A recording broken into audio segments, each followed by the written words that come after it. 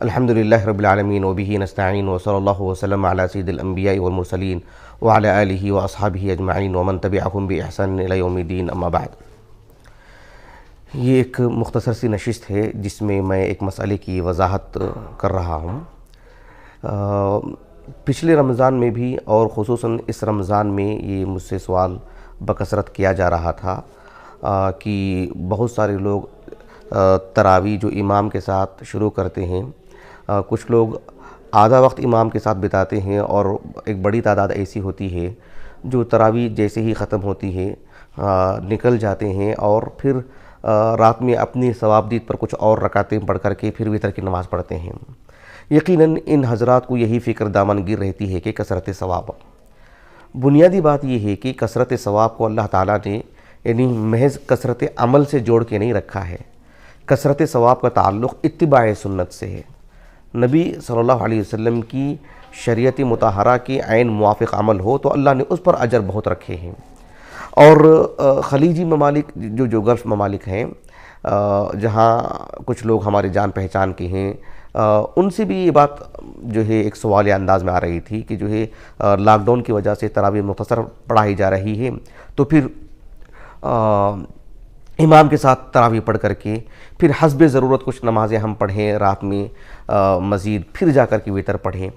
دیکھیے، امام کے ساتھ اگر آپ آغاز سے لے کر اختتام تک رہتے ہیں تو اللہ رب العالمین کے ہاں اجر بہت زیادہ ملے گا۔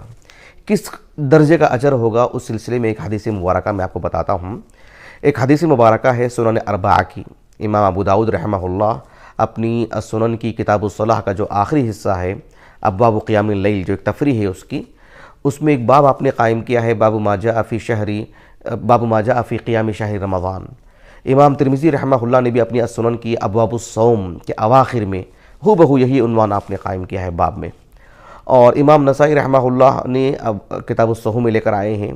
اور امام ابن ماجہ رحمہ اللہ کتاب الصلاۃ و اقامت السنۃ فیہا، اس میں آپ نے وہی عنوان کے ساتھ لائے ہیں جو امام ترمذی اور امام ابو داؤد نے قائم کیے ہیں۔ امام نسائی رحمہ اللہ نے جو باب قائم کیا ہے اسے میں آخر میں ذکر کروں گا انشاءاللہ۔ حدیث کیا ہے؟ ابو ذر الغفاری رضی اللہ عنہ وہ کہتے ہیں کہ ہم نے اللہ کے رسول کے ساتھ روزہ رکھا، سمنا مع النبی صلی اللہ علیہ وسلم رمضان، ایسے آپ کہتے ہیں کہ رمضان کے مہینے میں جو روزوں کا مہینہ ہے، ہم نے اللہ کے رسول کے ساتھ رمضان میں یعنی دن میں روزے رکھے۔ اب رات میں قیام اللیل کی بات آتی ہے، یہ بتانا چاہتے ہیں کہ دن میں اللہ کے رسول کے ساتھ ہم نے روزے رکھے پابندی سے، لیکن جب بات راتوں کی آئی تو راتوں میں جو قیام اللیل جو ہونے کا معاملہ تھا وہ تو نہیں ہو پا رہا تھا اللہ کے رسول کے ساتھ۔ رمضان کی 7 راتیں باقی رہ گئی تھیں تو آپ علیہ السلام نے ہم سب کو جمع کر کے جو ہے آپ نے قیام اللیل فرمایا، اور بس رات کا ایک حصہ ہم نے پڑھا، پھر دوسری رات کو نہیں پڑھائے، ایک رات چھوڑ کر کے ایک رات، صرف 3 راتیں ہم کو پڑھائی آپ نے، اور وہ بھی مسلسل نہیں، ایک رات چھوڑ کر ایک رات۔ تو پھر دوسری مرتبہ جب آپ نے ہم کو جمع کر کے قیام اللیل کیا آپ نے، تو آدھی رات ہم نے نماز پڑھی۔ ابو ذر الغفاری رضی اللہ عنہ اللہ کے رسول صلی اللہ علیہ وسلم سے ایک مطالبہ کرتے ہیں، اس مطالبے کے نتیجے میں اللہ کے رسول نے وہ بات بیان فرمائی ہے جو میں آپ کو سنانے جا رہا ہوں۔ ابو ذر الغفاری رضی اللہ عنہ کی طلب کیا تھی؟ انہوں نے اللہ کے رسول سے کہا کہ یا رسول اللہ لو نفلتنا قیام هذه اللیلہ، کہ اللہ کے رسول آپ نے جو ہم سب کو جمع کر کے جو قیام اللیل جو آپ نے کیا، وہ رات کا ایک حصہ ہی تو آپ نے کیا ہے، ایک اور مرتبہ آپ نے پڑھایا تو آپ نے صرف آدھی رات ہی تو پڑھائی ہے۔ لو نفلتنا قیام هذه اللیلہ، پوری رات کیوں نہیں پڑھا دیتے آپ تاکہ ہم کو اجر و ثواب بھی زیادہ ملے؟ 1/3 رات ہوئی ہے نا، زیادہ سے زیادہ آدھی رات آپ نے پڑھائی ہے، یعنی عشاء کے بعد سے لے کر کے رات کے آخری حصے تک آپ مسلسل ہم کو پڑھائیے تاکہ ہم کو ثواب زیادہ ہو۔ تو آپ علیہ السلام نے چونکہ کثرت ثواب کی بات تھی تو وہ اللہ کے رسول گویا کہ توجیہ کر رہے ہیں، سمجھا رہے ہیں ابو ذر الغفاری کو کہ آپ امام کے ساتھ پڑھتے ہیں یہ اصل ہے، کتنا وقت پڑھتے ہیں وہ نہیں۔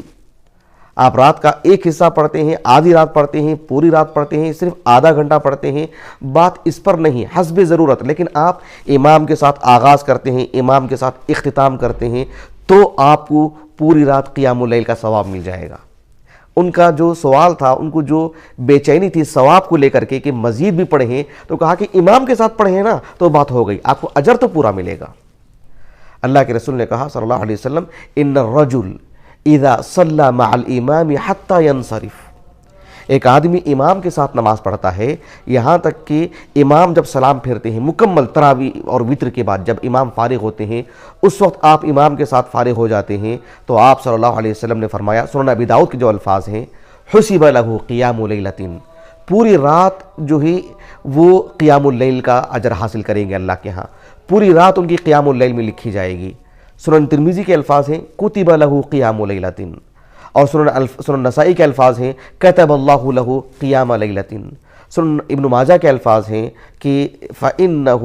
یعنی ان کا وہ قیام کرنا، فإنہ یعدل قیام لیلۃ، پوری رات قیام کرنے کے برابر انہیں اجر لکھا جائے گا۔ لیکن اس میں شرط کیا ہے؟ شرط یہ ہے کہ یعنی